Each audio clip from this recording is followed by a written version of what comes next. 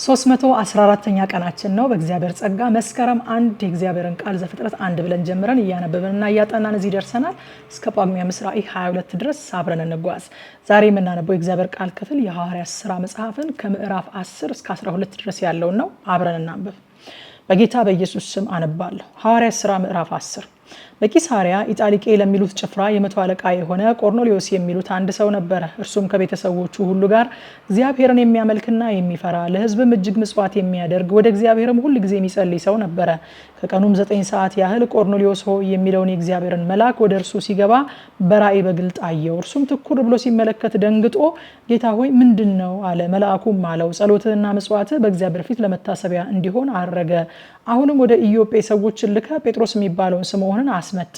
እርሱ ቤቱ በባህር አጠገብ ባለው በቁርበት ፋቂው በስምዖን ዘንድ እንግድነት ተቀምጧል። ልታደርገው የሚገባህን እርሱ ይነግርሃል። የተናገረውን መልአክ በሄደ ጊዜ ከሎሌዎቹ ሁለቱን ከማይለዩትም ጭፍሮቹ እግዚአብሔርን የሚያመልክ አንዱን ወታደር ጠርቶ ነገሩን ሁሉ ተረከላቸው። ወደ ኢዮጴም ላካቸው። እነርሱም በነገው ሲሄዱ ወደ ከተማም ሲቀርቡ ጴጥሮስ በ6 ሰዓት ያህል ይጸልይ ዘንድ ወደ ጣራው ወጣ። ተርቦም ሊበላ ወደደ። ሲያዘጋጁለትም ሳሉ ተመስጦ መጣበት። ሰማይም ተከፍቶ በአራት ማዕዘን የተያዘ ታላቅ ሸማ የሚመስል ዕቃ ወደ ምድር ሲወርድ አየ። በዚያውም 4 እግር ያላቸው ሁሉ አራዊትም በምድርም የሚንቀሳቀሱ የሰማይ ወፎችም ነበሩበት። ጴጥሮስ ሆይ ተነሳና አርደህ ብላ የሚል ድምጽም ወደ እርሱ መጣ። ጴጥሮስ ግን ጌታ ሆይ አይሆንም፣ አንዳች ርኩስ የሚያጸይፍም ከቶ በልቼ አላውቅምና አለ። ደግሞም ሁለተኛ እግዚአብሔር ያነጻውን አንተ አታርክ ሰው የሚል ድምጽ ወደ እርሱ መጣ። ይህም 3 ጊዜ ሆነ። ወዲያውም ዕቃው ወደ ሰማይ ተወሰደ። ጴጥሮስም ስላየው ራእይ ምን ይሆን ብሎ በልቡ ሲያመነታ እነሆ ቆርኔሌዎስ የላካቸው ሰዎች ስለ ስምዖን ቤት ጠይቀው ወደ ደጁ ቀረቡ። ድምጻቸውንም ከፍ አድርገው ጴጥሮስ የተባለው ስምዖን በዚህ በእንግድነት ተቀምጧልን ብለው ይጠይቁ ነበረ። ጴጥሮስም ስለ ራእዩ ሲያወጣ ሲያወርድ ሳለ መንፈስ እነሆ 3 ሰዎች ይፈልጉሃል፣ ተነስተህ ውረድ፣ እኔም ልኬያቸዋለሁና ሳትጠራጠር ከእነሱ ጋር ሂድ አለው። ጴጥሮስም ወደ ሰዎቹ ወርዶ እነሆ የምትፈልጉኝ እኔ ነኝ፣ የመጣችሁበትስ ምክንያት ምንድን ነው አላቸው። እነርሱም ጻድቅ ሰው እግዚአብሔርን የሚፈራ በአይሁድም ሕዝብ ሁሉ የተመሰከረለት የመቶ አለቃ ቆርኔሌዎስ ወደ ቤቱ ያስመጣህ ዘንድ ከአንተም ቃልን ይሰማ ዘንድ ከቅዱስ መልአክ ተረዳ አሉት። እርሱም ወደ ውስጥ ጠርቶ እንግድነት ተቀበላቸው። በነገውም ተነስቶ ከነርሱ ጋር ወጣ። በኢዮጴም ከነበሩት ወንድሞች አንዳንዶቹ ከነርሱ ጋር አብረው ሄዱ። በነገውም ወደ ቂሳሪያ ገቡ። ቆርኔሌዎስም ዘመዶቹንና የቅርብ ወዳጆቹን በአንድነት ጠርቶ ይጠባበቃቸው ነበረ። ጴጥሮስም በገባ ጊዜ ቆርኔሌዎስ ተገናኝቶት ከእግሩ በታች ወደቀና ሰገደለት። ጴጥሮስ ግን ተነሳ፣ እኔ ደግሞ ራሴ ሰው ነኝ ብሎ አስነሳው። ከእነርሱም ጋር እየተነጋገረ ገባ። ብዙዎችም ተከማችተው አግኝቶ አይሁዳዊ ሰው ከሌላ ወገን ጋር ይተባበር ወይም ይቃረብ ዘንድ እንዳልተፈቀደ እናንተ ታውቃላችሁ። ለእኔ ግን እግዚአብሔር ማንንም ሰው ርኩስና የሚያጸይፍ ነው እንዳልል አሳየኝ። ስለዚህም ደግሞ ብትጠሩኝ ሳልከራከር መጣው። አሁንም በምን ምክንያት አስመጣችሁኝ ብዬ ጠይቃችኋለሁ አላቸው። ቆርኔሌዎስም እንዲህ አለው፣ በዚህ ሰዓት የዛሬ 4 ቀን የ9 ሰዓት ጸሎት በቤቴ ጸልይ ነበረ። እነሆም የሚያንጸባርቅ ልብስ የለበሰ ሰው በፊቴ ቆመና ቆርኔሌዎስ ሆይ በእግዚአብሔር ፊት ጸሎት ተሰማ፣ መስዋዕት ታሰበ። እንግዲህ ወደ ኢዮጴ ልከ ጴጥሮስ የተባለውን ስምዖንን አስጠራ። እርሱ በቁርበት ፋቂው በስምዖን ቤት በባህር አጠገብ እንግድነት ተቀምጧል አለኝ። ስለዚህ ያን ጊዜ ወደ አንተ ላኩ። አንተም በመምጣት መልካም አድርገሃል። እንግዲህ አንተ ከእግዚአብሔር ዘንድ የታዘዝከውን ሁሉ እንድንሰማ እኛ ሁላችን አሁን በእግዚአብሔር ፊት በዚህ አለን። ጴጥሮስም አፉን ከፍቶ እንዲህ አለ፣ እግዚአብሔር ለሰው ፊት እንዳያደላ ነገር ግን በአሕዛብ ሁሉ እርሱን የሚፈራና ጽድቅን የሚያደርግ በእርሱ የተወደደ እንደሆነ በእውነት አስተዋልኩ። የሁሉ ጌታ በሚሆን በኢየሱስ ክርስቶስ ሰላምን እየሰበከ ይህን ቃል ወደ እስራኤል ልጆች ሁሉ ላከ። ዮሐንስ ከሰበከው ጥምቀት በኋላ ከገሊላ ጀምሮ በይሁዳ ሁሉ የሆነውን ነገር እናንተ ታውቃላችሁ። እግዚአብሔር የናዝሬቱን ኢየሱስን በመንፈስ ቅዱስ በኃይልም ቀባው። እርሱም መልካም እያደረገ ለዲያብሎስም የተገዙትን ሁሉ እየፈወሰ ዞረ፣ እግዚአብሔር ከእርሱ ጋር ነበረና። እኛም በአይሁድ ሀገርና በኢየሩሳሌም ባደረገው ነገር ሁሉ ምስክሮች ነን። እርሱንም በእንጨት ላይ ሰቅለው ገደሉት። እርሱን እግዚአብሔር በ3ኛ ቀን አስነሳው፣ ይገለጥም ዘንድ ሰጠው። ይኸውም ለሕዝብ ሁሉ አይደለም፣ ነገር ግን በእግዚአብሔር አስቀድሞ የተመረጡ ምስክሮች ለሆንን ለእኛ ነው እንጂ። ከሙታንም ከተነሳ በኋላ ከእርሱ ጋር የበላን የጠጣንም እኛ ነን። ለሕዝብም እንድንሰብክና በሕያዋንና በሙታን ሊፈርድ በእግዚአብሔር የተወሰነ እርሱ እንደሆነ እንመሰክር ዘንድ አዘዘን። በእርሱ የሚያምን ሁሉ በስሙ የኃጢአቱን ስርየት እንዲቀበል ነቢያት ሁሉ ይመሰክሩለታል። ጴጥሮስ ይህን ነገር ገና ሲናገር ቃሉን በሰሙት ሁሉ ላይ መንፈስ ቅዱስ ወረደ። ከጴጥሮስም ጋር የመጡት ሁሉ ከተገረዙት ወገን የሆኑ ምእመናን በአሕዛብ ላይ ደግሞ የመንፈስ ቅዱስ ስጦታ ስለፈሰሰ ተገረሙ። በልሳኖች ሲናገሩ እግዚአብሔርንም ሲያከብሩ ሰምተዋቸዋልና። በዚያን ጊዜ ጴጥሮስ መልሶ እነዚህ እንደኛ ደግሞ መንፈስ ቅዱስን የተቀበሉ እንዳይጠመቁ ውሃ ይከለክላቸው ዘንድ የሚችል ማን ነው? አለ። በኢየሱስ ክርስቶስ ስም ይጠመቁ ዘንድ አዘዛቸው። ከዚህ በኋላ ጥቂት ቀን እንዲቀመጥ ለመኑት። የሐዋርያት ሥራ ምዕራፍ 11። ሐዋርያትም በይሁዳ የነበሩት ወንድሞች አሕዛብ ደግሞ የእግዚአብሔርን ቃል እንደተቀበሉ ሰሙ። ጴጥሮስም ወደ ኢየሩሳሌም በወጣ ጊዜ ከተገረዙት ወገን የሆኑ ሰዎች ከእርሱ ጋር ተከራክረው ወዳልተገረዙት ሰዎች ገብተህ ከእነርሱ ጋር በላህ አሉት። ጴጥሮስ ግን ከመጀመሪያው ጀምሮ በተራ ገለጠላቸው፣ እንዲህም አለ። እኔ በኢዮጴ ከተማ ስጸልይ ሳለሁ ተመስጬ ራእይን አየሁ። ታላቅ ሸማ የመሰለ ዕቃ በአራት ማዕዘን ተይዞ ከሰማይ ወረደና ወደ እኔ መጣ። ይህንንም ትኩር ብዬ ስመለከት 4 እግር ያላቸውን የምድር እንስሶች፣ አራዊትንም፣ ተንቀሳቃሾችንም የሰማይ ወፎችንም አየሁ። ጴጥሮስ ሆይ ተነሳና አርደህ ብላ የሚለኝንም ድምፅ ሰማሁ። እኔም ጌታ ሆይ አይሆንም፣ ርኩስ ወይም የሚያጸይፍ ከቶ ወደ አፌ ገብቶ አያውቅምና አልኩ። ሁለተኛም እግዚአብሔር ያነጻውን አንተ አታርክሰው የሚል ድምፅ ከሰማይ መለሰልኝ። ይህም 3 ጊዜ ሆነ። እንደገናም ሁሉ ወደ ሰማይ ተሳበ።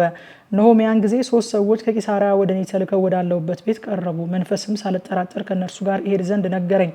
እነዚህ 6ቱ ወንድሞች ደግሞ ከኔ ጋር መጡ። ወደዚያ ሰውን ቤት ገባን። እርሱም መልአክ በቤቱ ቆሞ እንዳየና ወደ ኢዮጴ ሰዎች ልከ ጴጥሮስ የተባለውን ስምዖንን አስመጣ፣ እርሱም አንተና የቤተሰቦች ሁሉ የምትድኑበትን ነገር ይነግርሃል እንዳለው ነገረን። ለመናገርም በጀመርኩ ጊዜ መንፈስ ቅዱስ ለእኛ ደግሞ በመጀመሪያ እንደወረደ ለእነርሱም ወረደላቸው። ዮሐንስ በውሃ ጠመቀ፣ እናንተ ግን በመንፈስ ቅዱስ ትጠመቃላችሁ ያለውም የጌታ ቃል ትዝ አለኝ። እንግዲህ እግዚአብሔር በጌታ በኢየሱስ ክርስቶስ ላመን ነው ለእኛ ደግሞ እንደሰጠን ያን ስጦታ ለእነርሱም ከሰጠ እግዚአብሔርን ለመከልከል እችል ዘንድ እኔ ማን ነበርኩ? ይህን በሰሙ ጊዜም ዝም አሉና እንኪያስ እግዚአብሔር ለአሕዛብ ደግሞ ለሕይወትም ይሁን ንስሐ ሰጣቸው እያሉ እግዚአብሔርን አከበሩ። በእስጢፋኖስም ላይ በተደረገው መከራ የተበተኑትም እስከ ፊንቄ እስከ ቆጵሮስም እስከ አንጾኪያም ድረስ ዞሩ። ቃሉንም ለአይሁድ ብቻ እንጂ ለአንድስ እንኳ አይናገሩም ነበረ። ከእነርሱ ግን የቆጵሮስና የቀሬና ሰዎች የነበሩት አንዳንዶቹ ወደ አንጾኪያ መጥተው የጌታ ኢየሱስን ወንጌል እየሰበኩ ለግሪክ ሰዎች ተናገሩ። የጌታም እጅ ከእነርሱ ጋር ነበረ። ቁጥራቸውም እጅግ የሚሆን ሰዎች አምነው ወደ ጌታ ዘወር አሉ። ወሬውም በኢየሩሳሌም ባለች ቤተክርስቲያን ስለ እነርሱ ተሰማ። በርናባስንም ወደ አንጾኪያ ላኩት። እርሱም መጥቶ የእግዚአብሔርን ጸጋ ባየ ጊዜ ደስ አለው። ሁሉም በልባቸው ፈቃድ በጌታ ጸንተው ይኖሩ ዘንድ መከራቸው። ደግ ሰውና መንፈስ ቅዱስ እምነትም የሞላበት ነበረና ብዙ ሕዝብም ወደ ጌታ ተጨመሩ። በርናባስም ሳውልን ሊፈልግ ወደ ጠርሴስ መጣ። ባገኘውም ጊዜ ወደ አንጾኪያ አመጣው። በቤተ ክርስቲያንም 1 ዓመት ሙሉ ተሰበሰቡ። ብዙ ሕዝብንም አስተማሩ። ደቀ መዛሙርትም መጀመሪያ በአንጾኪያ ክርስቲያን ተባሉ። በዚያም ወራት ነቢያት ከኢየሩሳሌም ወደ አንጾኪያ ወረዱ። ከእነርሱም አጋቦስ የሚሉት አንድ ሰው ተነስቶ በዓለም ሁሉ ታላቅ ረሃብ ሊሆን እንዳለው በመንፈስ አመለከተ። ይህም በቀላውዲዮስ ቄሳር ዘመን ሆነ። ደቀ መዛሙርትም እያንዳንዳቸው እንደ ችሎታቸው መጠን አዋጥተው በይሁዳ ለሚኖሩ ወንድሞች እርዳታን ይልኩ ዘንድ ወሰኑ። እንዲህም ደግሞ አደረጉ። በበርናባስና በሳውልም እጅ ወደ ሽማግሌዎቹ ሰደዱት። የሐዋርያት ሥራ ምዕራፍ 12። በዚያን ዘመን ንጉሱ ሄሮድስ መከራ ያጸናባቸው ዘንድ ከቤተ ክርስቲያኑ በአንዳንዶቹ ላይ እጁን ጫነባቸው። የዮሐንስንም ወንድም ያዕቆብን በሰይፍ ገደለው። አይሁድንም ደስ እንዳሰኛቸው አይቶ ጨምሮ ጴጥሮስን ደግሞ ያዘው። የቂጣ በዓልም ወራት ነበረ። በያዘውም ጊዜ ወደ ወህኒ አገባው። ከፋሲካም በኋላ ወደ ሕዝብ ያወጣው ዘንድ አስቦ እያንዳንዱ 4 ወታደሮች ሆነው እንዲጠብቁት ለ4 ጭፍራ ክፍል አሳልፎ ሰጠው። ጴጥሮስም በወህኒ ይጠበቅ ነበረ። ነገር ግን በቤተ ክርስቲያን ስለ እርሱ ወደ እግዚአብሔር ጸሎት አጥብቆ ይደረግ ነበረ። ሄሮድስም ሊያወጣው ባሰበ ጊዜ በዚያች ሌሊት ጴጥሮስ በ2 ሰንሰለት ታስሮ ከ2 ወታደሮች መካከል ተኝቶ ነበረ። ጠባቂዎችም በደጁ ፊት ሆነው ወህኒውን ይጠብቁ ነበረ።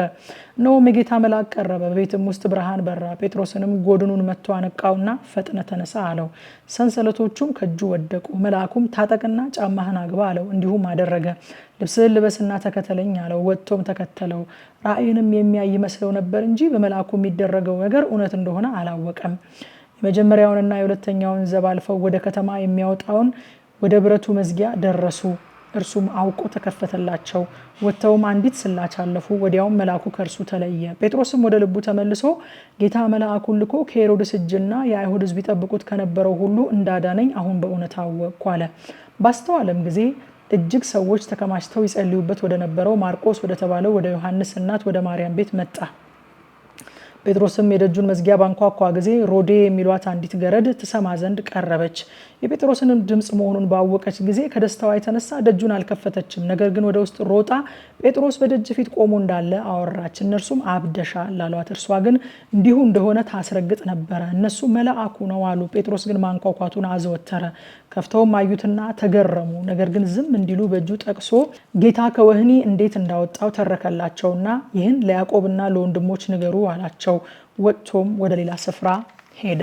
በነጋም ጊዜ ጴጥሮስን ምን አግኝቶት ይሆን ብለው በጭፍሮቹ ዘንድ ብዙ ሁከት ሆነ። ሄሮድስም አስፈልጎ ባጣው ጊዜ ጠባቂዎችን መረመረ፣ ይገድሏቸውም ዘንድ አዘዘ። ከይሁዳም ወደ ቂሳሪያ ወርዶ በዚያ ተቀመጠ።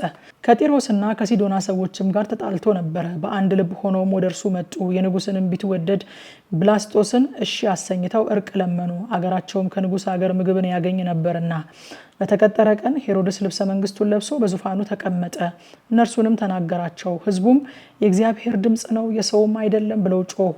ለእግዚአብሔርም ክብር ስላልሰጠ ያን ጊዜ የጌታ መልአክ መታው፣ በትልም ተበልቶ ሞተ።